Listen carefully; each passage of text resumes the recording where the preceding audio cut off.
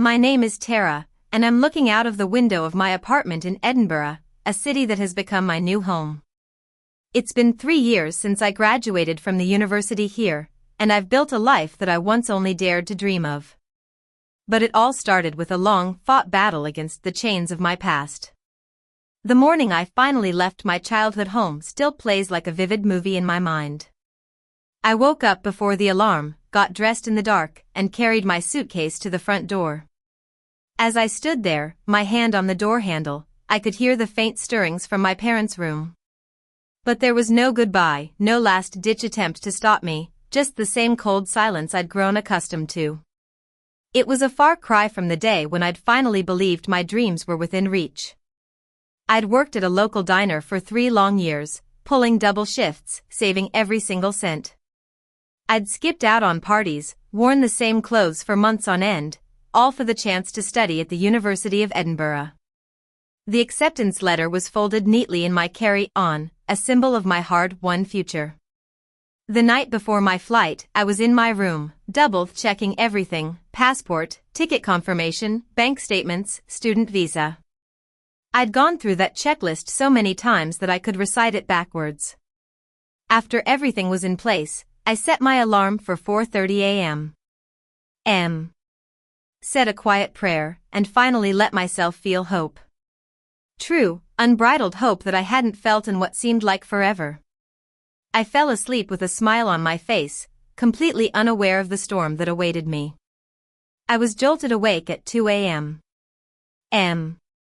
By the sound of my bedroom door creaking open. There stood my father, his tall frame blocking the dim light from the hallway. His eyes were cold, his jaw clenched in that familiar look of determination. In his hand was my passport, held so casually, as if it was just a piece of paper. I sat up, my heart pounding in my chest. The first thing that came out of my mouth was a question I already knew the answer to. "What are you doing?" I asked, my voice barely above a whisper. He stared at me, his gaze piercing. "You're not leaving," he said flatly. His words were like a sledgehammer to my chest. "Your mother's health is failing, and your younger brother, Jake, who's just 16, needs you here." I couldn't believe what I was hearing. My mother, while not in perfect health, was far from being in a state where she needed constant care. And Jake, he was a smart and capable boy who could handle himself. I pleaded with my father, telling him about the years of sacrifice, the countless hours of hard work, and how this opportunity would never come again. But he just stood there, unmoved, his face like stone. My mother then appeared behind him, her eyes downcast. She didn't say a word, but her silence was as loud as thunder. They took my passport and left the room, closing the door behind them. I sat there in the dark, listening to the silence of the house, a silence that felt like it was swallowing me whole. I missed my flight. I sat on the kitchen floor in my pajamas, watching the departure time come and go on my phone. I didn't eat, I didn't speak. For 3 days, I just cried in my room, the kind of crying that left me empty and hollow.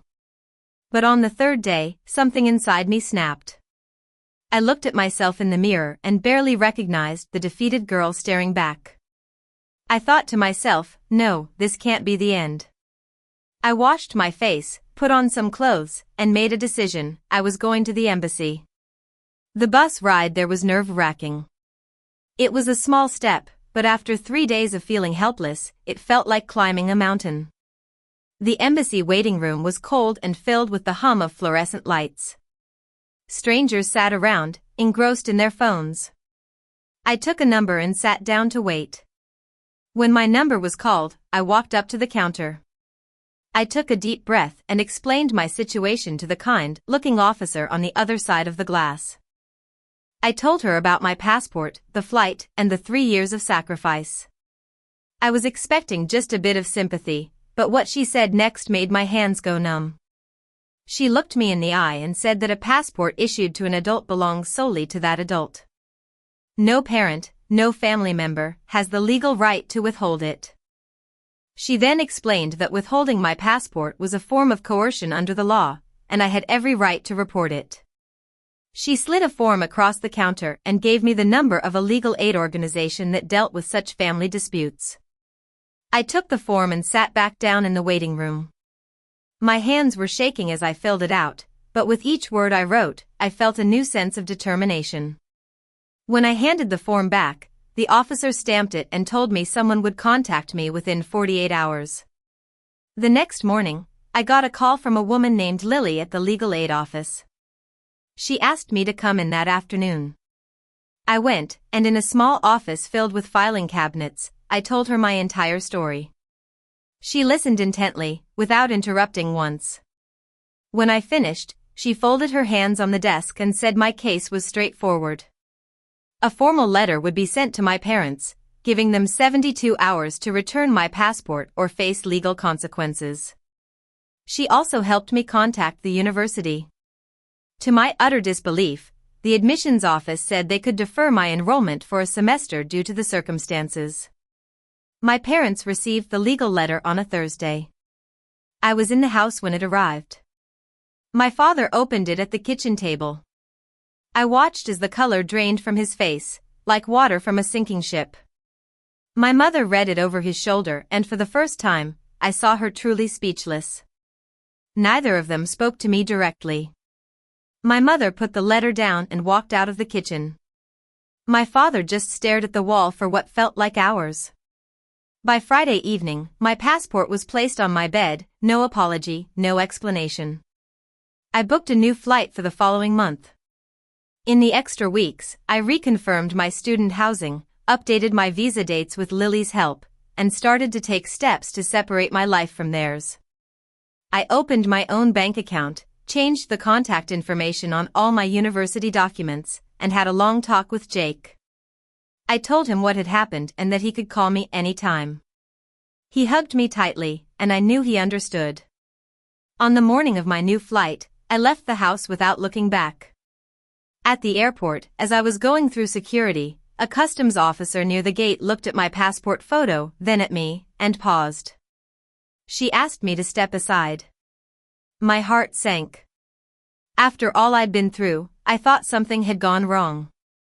But then she smiled and said she recognized me. She'd processed my original booking months ago when I did the pre-clearance online. She'd wondered what had happened when I didn't show up for my first flight. I briefly told her my story, and she was quiet for a moment. Then she picked up her stamp, stamped my passport, and said, "Have a wonderful life." I've been in Edinburgh for 3 years now. I've graduated, built a career, and surrounded myself with people who truly care about me. I haven't spoken to my parents since that day I left.